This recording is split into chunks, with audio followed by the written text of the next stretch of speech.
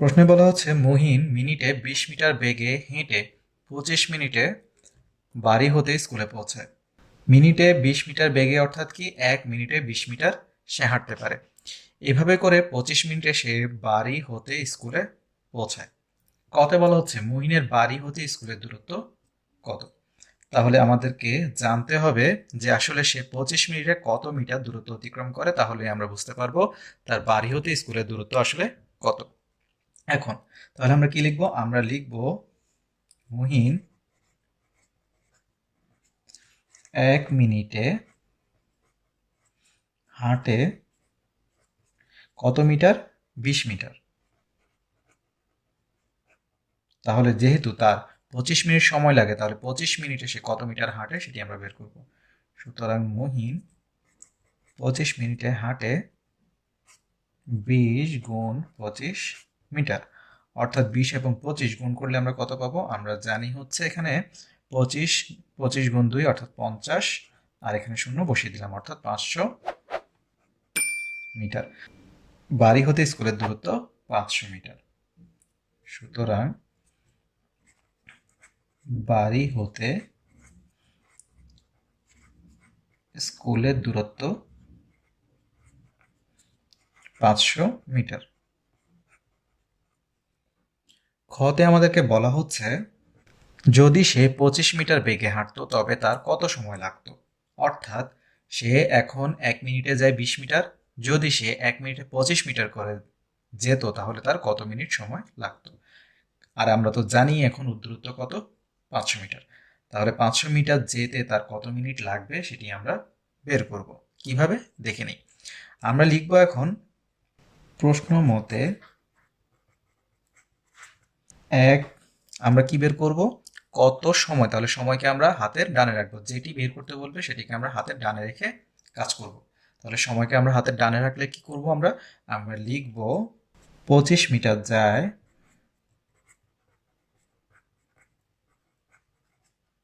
1 মিনিটে। অর্থাৎ আমাদেরকে বলে দিয়েছে যদি সে 25 মিটার বেগে হাঁটতো, অর্থাৎ মিনিটে সে যদি 25 মিটার যেত, তাহলে 1 মিটার যাবে আরো কি কম সময়, তাহলে কি হবে? ভাগ। আর সুতরাং 500 মিটার যায় কত মিনিটে? তাহলে আরো বেশি সময় লাগবে, 1 গুণ 500 ভাগ 25 মিনিট। তাহলে এখানে আমরা একের সাথে 500 গুণ হওয়া না হওয়া একই কথা, 500ই থাকবে। তাহলে 25 গুণ 2 অর্থাৎ 50, অর্থাৎ এখানে 25 একে 25, আর এখানে 25 দুগুণে 50, আর এখানে শূন্য বসিয়ে দিলাম, কত হলো? 20। তাহলে কত মিনিটে? 20 মিনিটে।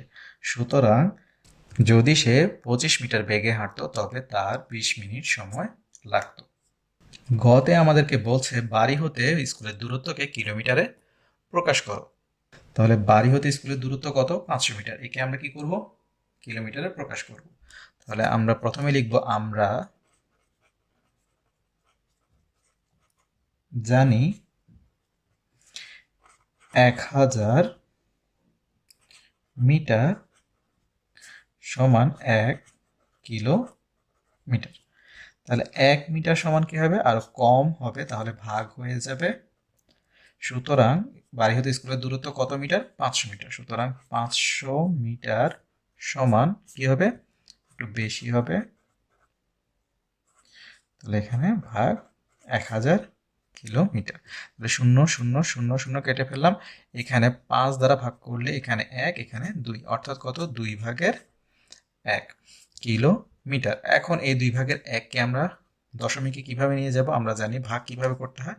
তাহলে 2 আর এখানে 1, তাহলে যেহেতু ভাগ যাচ্ছে না তাহলে এখানে কি করব? আমরা এখানে একটি দশমিক আনবো, তাহলে এখানে হবে 0। তাহলে কি হবে? 5 2 গুণে 10। তাহলে আমরা কত পাচ্ছি? 0.5 বা 0.5 কিলোমিটার। তাহলে আমরা বুঝতে পারছি বাড়ি হতে স্কুলের দূরত্ব হচ্ছে 0.5 কিলোমিটার। আর আমরা এখানে লিখতে পারি সাইড নোটে, যেহেতু 500 মিটার হলো বাড়ি হতে স্কুলের দূরত্ব, এটা আমরা সাইড নোটে লিখে দিতে পারি, বা প্রথমে আমরা এটি লিখে নিতে পারি। তাহলে এভাবে করে আমরা সমস্যার সমাধানটি করতে পারবো। প্রশ্নে বলা হচ্ছে একটি আয়তাকার জমির ক্ষেত্রফল 2736 বর্গমিটার এবং প্রস্থ হচ্ছে 4800 সেন্টিমিটার। এখানে কিন্তু মিটার আর এখানে সেন্টিমিটার দেওয়া আছে, এগুলো আমাদেরকে লক্ষ্য করতে হবে। কতে আমাদেরকে বলা হচ্ছে জমিটির প্রস্থ কত মিটার।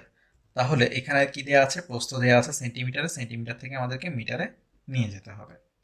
কিভাবে আমরা দেখি, আমরা লিখবো, আমরা জানি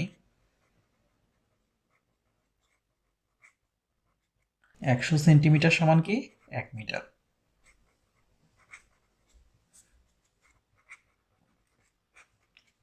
তাহলে 1 সেন্টিমিটার সমান কি হবে, আরো কম হবে, তাও ভাগ করে দিলাম। আর এখানে 4800 সেন্টিমিটার আরো বেশি হবে, তাই কি করে দিব, গুণ করে দিব। শূন্য শূন্য শূন্য শূন্য কেটে ফেললে আমরা কত পাবো, 48 মিটার। তাহলে আমরা জমিটির প্রস্থ লিখব 48 মিটার। খতে আমাদেরকে বলা হচ্ছে জমিটির দৈর্ঘ্য কত। এখন ক্ষেত্রফল দেয়া আছে বর্গমিটারে, আর কহতে আমরা প্রস্থকেও মিটারে প্রকাশ করলাম, তাহলে দৈর্ঘ্য আমরা মিটারে বের করতে পারবো। এখানে যদি সেন্টিমিটার থাকতো তাহলে আমরা সেন্টিমিটার, বর্গ সেন্টিমিটারের সাথে সেন্টিমিটারের সম্পর্কটি করতাম, কিন্তু আমরা বর্গমিটারের সাথে সেন্টিমিটারের কাজ করতে পারবো না। তাহলে বর্গমিটারের সাথে আমাদের কিসের কাজ করতে হবে, মিটারের কাজ করতে হবে। তাহলে আমরা প্রথমে কি লিখব, ক হতে প্রাপ্ত প্রস্থ 48 মিটার দেয়া আছে, ক্ষেত্রফল 2736 বর্গ মিটার। আমরা জানি ক্ষেত্রফল সমান সমান কি দৈর্ঘ্য গুণ প্রস্থ। তাহলে দৈর্ঘ্য সমান কি হবে, দৈর্ঘ্য সমান হচ্ছে ক্ষেত্রফল ভাগ প্রস্থ। সুতরাং দৈর্ঘ্য সমান আমরা কি পাবো, ক্ষেত্রফল হচ্ছে 2736 ভাগ 48। দৈর্ঘ্য কিসে আসবে, একক হবে মিটার। এই কারণেই ক্ষেত্রফল কিসে এসেছে, বর্গ মিটারে এসেছে। তাহলে এখানে আমরা ভাগ করার পরে কি পাবো, আমরা এখানে ভাগ করলে পাবো হচ্ছে 57 মিটার, 57 মিটার। আর আপনারা জানেন কিভাবে ভাগ করতে হয়, আমরা তাও আপনাদেরকে এখানে ছোট্ট করে দেখিয়ে দিচ্ছি। 48 আর এখানে 2736। তাহলে 48 গুণ 5 যদি আমরা করি আমরা পাবো 240, আর এখানে বিয়োগ করলে পাবো 33, এখানে 6 নেমে গেলে 336। তাহলে আমরা যদি 48 গুণ 7 করি তাহলে আমরা পেয়ে যাব 336। তাহলে আমরা কি পেয়ে গেলাম, এখান থেকে পেয়ে গেলাম 57 মিটার। এখন আমাদেরকে গতে কি বলছে, গতে বলছে জমিটির দৈর্ঘ্যের সমান দৈর্ঘ্য বিশিষ্ট বর্গক্ষেত্রের ক্ষেত্রফল নির্ণয় করো। তাহলে জমিটির দৈর্ঘ্যের সমান দৈর্ঘ্য বিশিষ্ট বর্গক্ষেত্রের ক্ষেত্রফল আমরা কিভাবে নির্ণয় করব, আমরা জানি বর্গক্ষেত্রের ক্ষেত্রফলের সূত্র কি। তাহলে জমির দৈর্ঘ্য আর বর্গক্ষেত্রের দৈর্ঘ্য যেহেতু সমান হবে, তাহলে আমরা বর্গক্ষেত্রের ক্ষেত্রফল বের করতে পারবো। কিভাবে দেখে নিই। তাহলে আমরা লিখব প্রথমেই যে প্রশ্ন মতে জমির দৈর্ঘ্য সমান সমান বর্গক্ষেত্রের এক বাহুর দৈর্ঘ্য। এক বাহুর দৈর্ঘ্য কেন লিখলাম, কারণ আমরা জানি বর্গক্ষেত্রের সবগুলো বাহুই সমান। তাহলে সুতরাং বর্গক্ষেত্রের এক বাহুর দৈর্ঘ্য সমান কত, 57 মিটার। আমরা কি লিখব, খ হতে প্রাপ্ত কি, এক বাহুর দৈর্ঘ্য হচ্ছে 57 মিটার, কার, আয়তাকার জমির। তাহলে আমরা কি জানি এখন, আমরা জানি বর্গক্ষেত্রের ক্ষেত্রফল সমান কি এক বাহু স্কয়ার, বা এক বাহু গুণ এক বাহু, বর্গ একক। আর একক কি, একক হচ্ছে যদি সেন্টিমিটার থাকে সেন্টিমিটার, মিটার থাকলে মিটার। তাহলে এখানে 57 স্কয়ার বর্গ, এখানে কি লিখবো আমরা, মিটার, কারণ আমাদের একক কিসে দেয়া আছে, মিটারে দেয়া আছে। তাহলে 57 স্কয়ার মানে কি 57 গুণ 57 বর্গ মিটার। আপনারা চাইলে এই লাইনটি নাও লিখতে পারেন, সরাসরি উত্তর বসিয়ে দিতে পারেন। তাহলে 57 গুণ 57 করলে 3249 আসবে। আপনারা জানেন কিভাবে করতে হবে, আমরা আর এটি দেখালাম না। তাহলে 3249 বর্গ মিটার। প্রশ্নে বলা হচ্ছে একজন খুচরা বিক্রেতা বাজারে গিয়ে পাইকারি দোকান থেকে 500 কেজি চাল, 50 কেজি ডাল, 270 কেজি পেঁয়াজ এবং 180 কেজি আটা কিনলেন। এখন এখানে খুচরা বিক্রেতা বলতে আমরা কি বুঝি? খুচরা বিক্রেতা বলতে আমরা বুঝি যাদের কাছ থেকে সাধারণত আমরা কিনে থাকি, অল্প অল্প জিনিস কিনে থাকি, অর্থাৎ খুচরা জিনিস কিনে থাকি। আর পাইকারি কি? যারা অনেক পরিমাণ জিনিস বা সদাই একসাথে বিক্রি করে থাকেন। তাহলে খুচরা বিক্রেতা কার থেকে কিনেন? পাইকারি থেকে। আর আমরা কার থেকে কিনি? সাধারণত খুচরা থেকে কিনি। তাহলে এই খুচরা বিক্রেতা পাইকারি দোকানে গিয়ে সেখান থেকে 500 কেজি চাল, 50 কেজি ডাল, 270 কেজি পেঁয়াজ এবং 180 কেজি আটা কিনেছেন। কতে আমাদেরকে বলা হচ্ছে তিনি মোট কত কুইন্টাল জিনিস কিনেছেন। আমাদেরকে কিন্তু দেয়া আছে কেজিতে, কিন্তু চাইছে কিসে? কুইন্টালে। তাহলে কেজির সাথে কুইন্টালের একটি সম্পর্ক রয়েছে যা আমরা কাজে লাগাবো। প্রথমে আমরা বের করে নিব তিনি কত কেজি কিনেছেন, তারপর আমরা কুইন্টালে নিয়ে যাব। তাহলে আমরা প্রথমে লিখব তিনি মোট জিনিস কিনলেন কত কেজি? জিনিস কিনলেন কত আমরা এখানে লিখছি, আপনারা চাইলে পাশাপাশি লিখতে পারেন। আমরা এখানে লিখে নিচ্ছি 500 যোগ 50 যোগ 270 যোগ 180 কেজি। তাহলে সমান আমরা কত পাচ্ছি এখান থেকে? 500 আর 50, 550, 550-এর সাথে 70 যোগ করলে 620, সাথে আরো 200 অর্থাৎ 820, আরো 100 যোগ করলে 920, আর সাথে কত? 80 অর্থাৎ 1000। তাহলে 1000 কেজি। এখন আমরা জানি 100 কেজিতে কি হয়? 1 কুইন্টাল হয়। তাহলে এখানে 1000কে যদি আমরা 100 দিয়ে ভাগ করে দিই, তাহলে সেটি কিসে চলে আসবে? কুইন্টালে চলে আসবে। আমরা এখানে কি লিখব? যেহেতু 100 কেজি সমান, এখানে লিখছি, আপনারা পাশেই লিখবেন 1 কুইন্টাল, কারণ আমরা পাশের জায়গাটিতে আরেকটি সমস্যার সমাধান করব। তাহলে সমান সমান কত পেলাম আমরা? 0 0 0 0 কেটে ফেললে এখানে আসবে 10 কুইন্টাল। এখন খতে আমাদেরকে কি বলা হচ্ছে? খতে বলা হচ্ছে যদি তিনি আটা না কিনতেন তাহলে তার ক্রয়কৃত জিনিসের মোট পরিমাণ কত। আমরা ক থেকে পেয়েছি ক্রয়কৃত মোট জিনিসের পরিমাণ কত? 1000 কেজি। আর আটা কিনেছিলেন কত? 180 কেজি। তাহলে মোট পরিমাণ থেকে আটার পরিমাণ বাদ দিলে আমরা পেয়ে যাব তার বাকি ক্রয়কৃত জিনিসের পরিমাণ কত। তাহলে আমরা কি লিখব? আমরা লিখব ক হতে প্রাপ্ত মোট জিনিস কিনেন 1000 কেজি, আটা কিনেন কত? 180 কেজি, 180 কেজি। তাহলে আমরা এখানে এভাবে করতে পারি। সুতরাং আটা না কিনলে ক্রয়কৃত জিনিসের পরিমাণ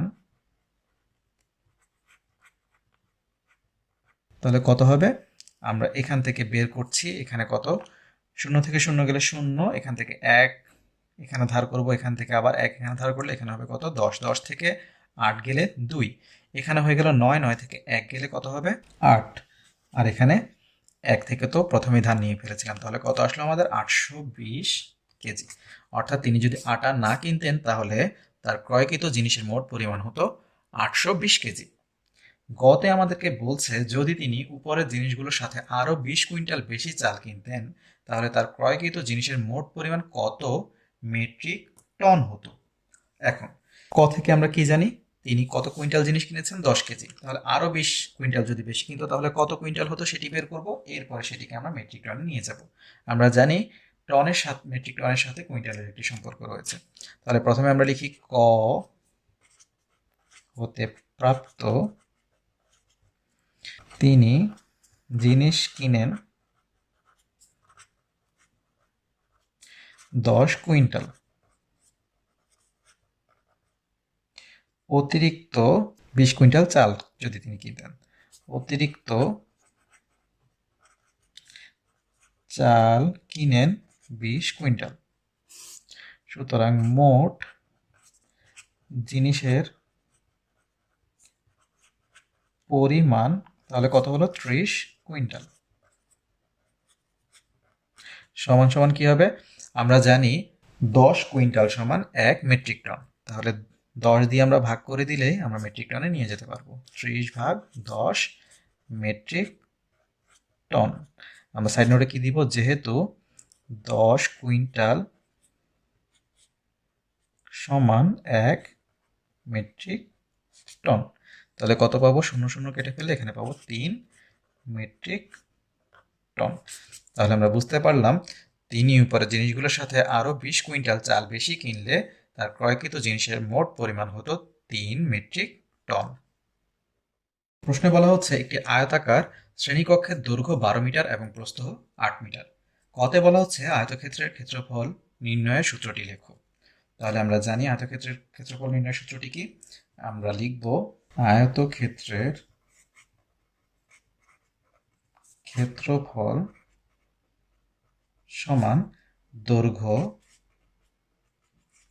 গুণ প্রস্থ, আর এখানে আমরা চাইলে ব্র্যাকেটে রেখে এরপরে বর্গ একক লিখতে পারি, না লিখলেও কোনো সমস্যা নেই। খতে আমাদেরকে বলা হচ্ছে শ্রেণীকক্ষের ক্ষেত্রফল নির্ণয় করো। তাহলে আমরা কি লিখব? দেয়া আছে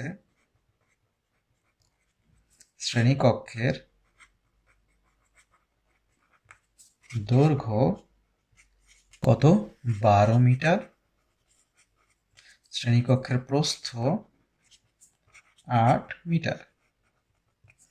আমরা কি জানি? আমরা জানি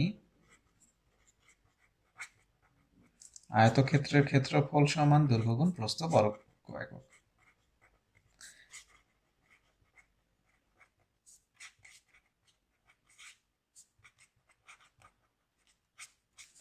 বর্গ একক।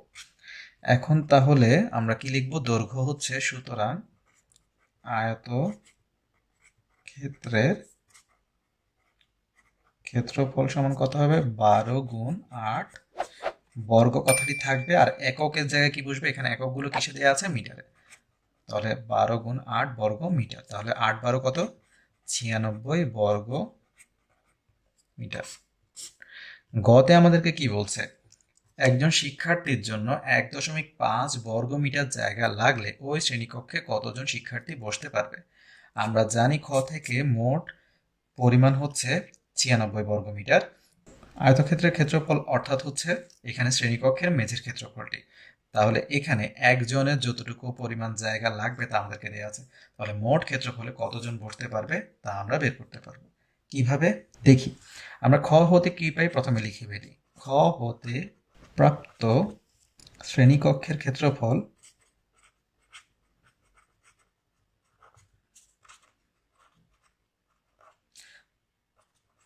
ছিয়ানব্বই বর্গ মিটার।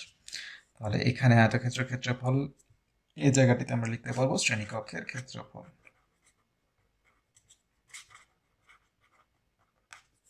এবং একজন শিক্ষার্থীর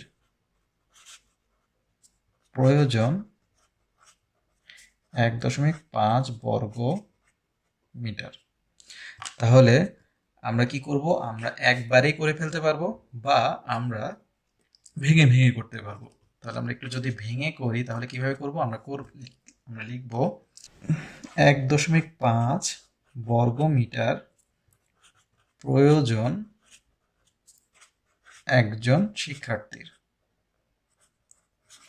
তাহলে 1 বর্গ মিটার প্রয়োজন হবে কি? আরো কম শিক্ষার্থী। তাহলে 1 ভাগ 1.5 জন শিক্ষার্থী। আর 96 বর্গ মিটার প্রয়োজন হবে কতজন শিক্ষার্থী? তাহলে 1 গুণ 96 ভাগ 1.5 জন শিক্ষার্থী। তাহলে এখন আমরা এই কাজটি করতে পারবো। দশমিক উঠানোর জন্য কি কাজ করতে হবে? দশমিক উঠানোর জন্য আমরা এখানে যে কাজটি করতে পারি সেটি হচ্ছে, আমরা জানি এখানে 1.5, তাহলে দশমিকের জন্য একটি 1 আর এর পরের সংখ্যার জন্য একটি 0, অর্থাৎ 10 দ্বারা গুণ করে দিতে হবে। তাহলে 96 গুণ 10 অর্থাৎ কত পাবো আমরা? 960 ভাগ 15। তাহলে এখন আমরা ভাগ করতে পারবো কিভাবে আমরা দেখে নিই। তাহলে 15 ভাগ 960। তাহলে আমরা কি করব? তাহলে 6 15 90, এখানে 6 এখানে 0, তাহলে 4 15 60। তাহলে আমরা কত পেলাম? আমরা পেলাম এখান থেকে 64 জন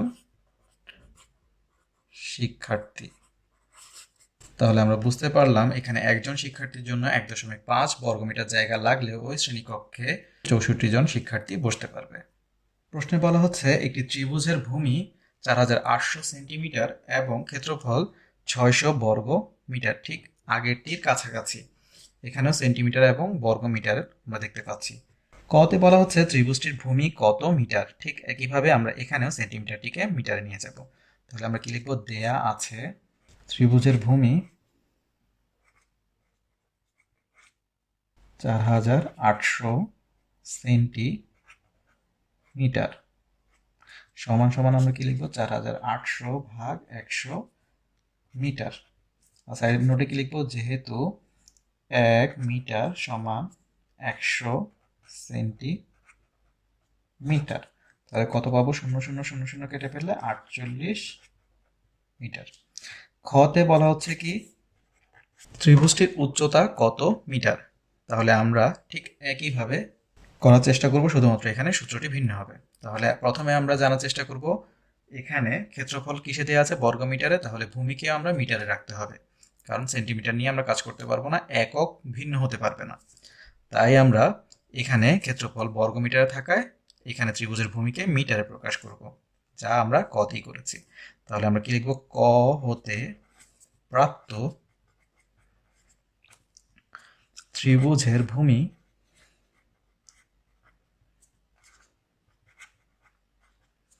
48 মিটার। দেয়া আছে ত্রিভুজের ক্ষেত্রফল 600 বর্গ মিটার। আমরা জানি কি? আমরা জানি ত্রিভুজের ক্ষেত্রফল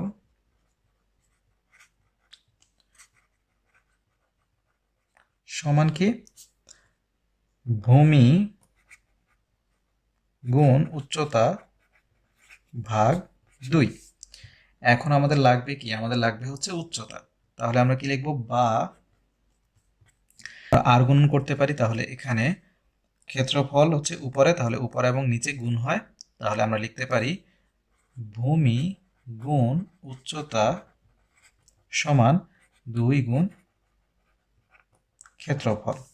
বা এখন উচ্চতা এবং ভূমি গুণ অবস্থায় রয়েছে, তাই কি করব? পক্ষান্তর করলে ভাগ হয়ে যাবে। তাহলে আমরা বের করব উচ্চতা, বাকিটিকে আমরা সরিয়ে ফেললে কি পাবো? উচ্চতা সমান সমান 2 গুণ ক্ষেত্রফল ভাগ ভূমি। তাহলে আমরা এখান থেকে কি পাবো? আমরা এখান থেকে লিখতে পারি 2 গুণ ক্ষেত্রফল, 2 গুণ ক্ষেত্রফল কত? 600, ভূমি কত? 48। এভাবে করতে পারেন বা সরাসরি আপনারা লিখতে পারেন। আমরা জানি উচ্চতা সমান সমান দিয়ে সরাসরি লিখতে পারেন সূত্রটি হচ্ছে কি 2 গুণ ক্ষেত্রফল ভাগ ভূমি।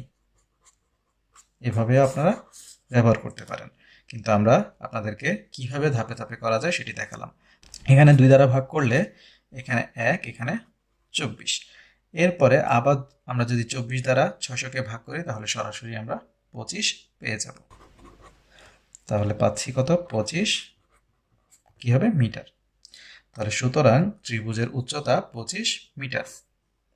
আর আমাদেরকে তো এখানে কত মিটার তাই বের করতে বলেছিল। গতে আমাদেরকে বলেছে ত্রিভুজটির ভূমি ও উচ্চতা সমষ্টি কত মিটার। তাহলে এই দুটিকে যোগ করে দিলেই হয়ে যাবে। তাহলে আমরা প্রথমে লিখব ক হতে প্রাপ্ত ত্রিভুজের ভূমি 48 মিটার, খ হতে প্রাপ্ত ত্রিভুজের উচ্চতা 25 মিটার। সুতরাং ভূমি ও উচ্চতার সমষ্টি কত হবে? 48 যোগ 25 মিটার সমান সমান কত পাবো? আমরা পাবো 73 মিটার। সুতরাং ত্রিভুজটির ভূমি ও উচ্চতা সমষ্টি 73 মিটার। 90 ডিগ্রি এডুকেশনের ভিডিওগুলো দেখে যদি আপনারা উপকৃত হয়ে থাকেন তাহলে অবশ্যই অন্যদেরকে জানার সুযোগ করে দিবেন। আর আমাদের ভিডিওগুলো অবশ্যই বাণিজ্যিকভাবে ব্যবহার থেকে বিরত থাকবেন। ধন্যবাদ সবাইকে।